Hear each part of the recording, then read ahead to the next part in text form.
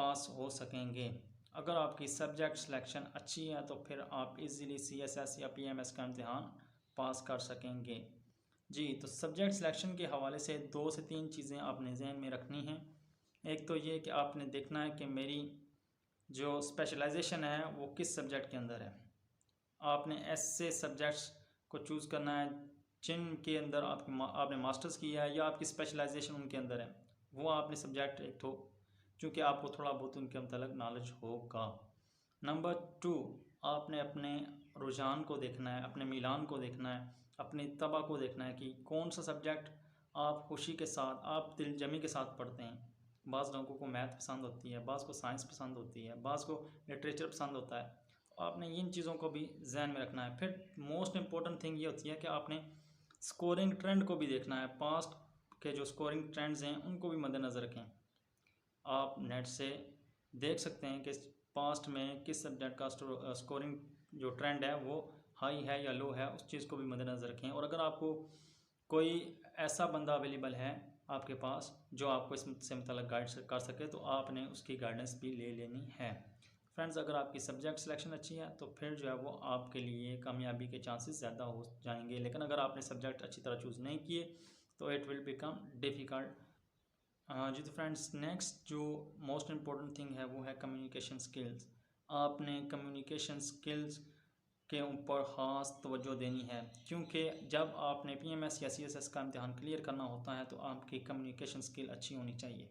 उसकी वजह यह है कि आपको अपने ख़यालात का इजहार करना आना चाहिए। जब भी आपने वाइवा वॉइस में जाना है या आपने प्रेसी का पेपर हल करना है, ऐसे का पेपर हल करना है या इसी तरह और इंग्लिश, उर्दू या जो भी आपका सब्जेक्ट है उसमें जब आपने अपने हालात का इजहार करना है तो अगर आपको में ये क्वालिटी है कि आप अपने पास से कुछ लिख सकें, अपने हालात का इजहार कर सकें किसी भी मौजू पर, तो वो आपके लिए फ़ायदेमंद साबित होती है।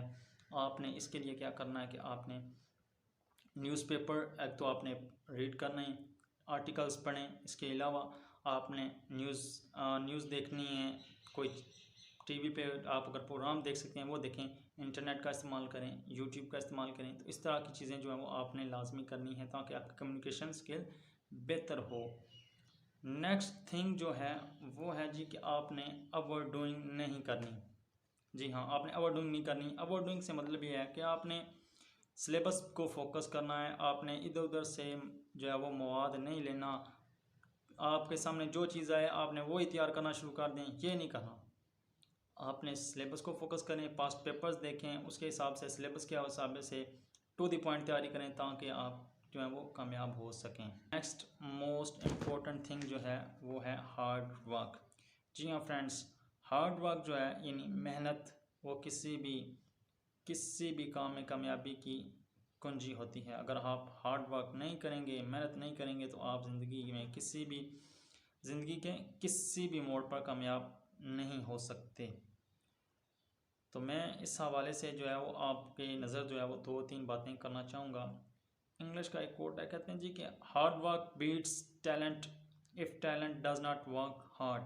जी हाँ, अगर आप जितने भी काबिल हैं, जितनी भी काबिलियत है आपके अंदर, अगर आप मेहनत नहीं करेंगे तो आप कभी भी कुछ भी अचीव नहीं कर सकेंगे। तो आपने मेहनत करनी है, क्योंकि a dream does not become reality through magic. जी हाँ, a dream does not become reality through magic, it takes sweat, determination and hard work.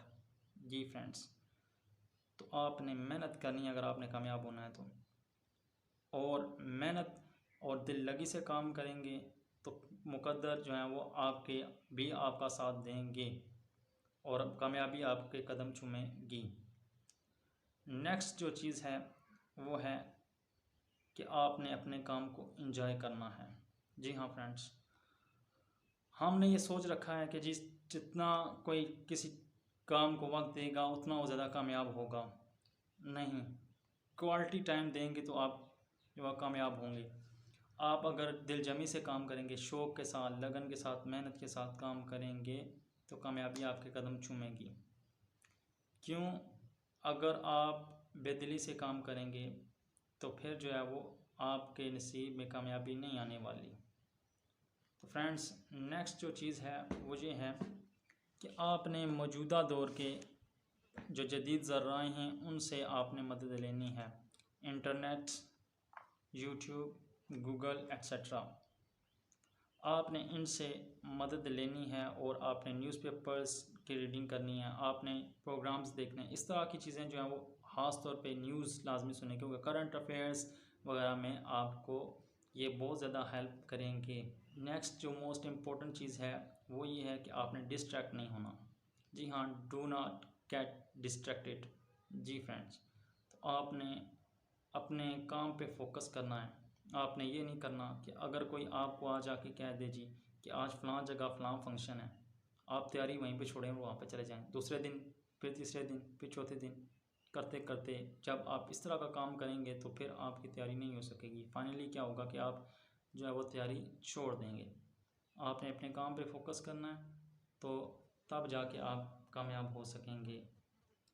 तो फ्रेंड्स, ये चंद बातें जो है मैं आपसे करना चाह रहा था कि इन चीज़ों पे अगर आप फोकस करेंगे तो फिर कामयाबी आपके मुकद्दर में ज़रूर आएगी। नेक्स्ट जो चीज़ है वो है कि आपने अपनी सेहत का भी ख्याल रखना है। ऐसे नहीं करना कि दिन रात एक कर दें और बीमार होकर बैठ जाएं। अगर आपकी सेहत अच्छी होगी तो फिर आप पढ़ाई पे, अपने काम, तैयारी पे तवज्जो दे सकेंगे। तो ये चंद चीज़ें थीं जिनके हवाले से मैं गुफ्तगू करना चाह रहा था। फ्रेंड्स, मज़ीद वीडियोस बनाऊंगा इस पे, सिलेबस के हवाले से, तैयारी आपने कैसे करनी है, स्पेशली इंग्लिश के हवाले से आपके साथ बहुत सारी टेक्निक्स और बातें शेयर करूंगा। मेरी इन वीडियोस बनाने का मकसद आप लोगों की मदद और रहनुमाई करना है। तो काइंडली मेरे चैनल को लाजमी सब्सक्राइब कीजिएगा। नई वीडियोस के साथ हाजिर होऊंगा, तब तक के लिए अल्लाह हाफिज़।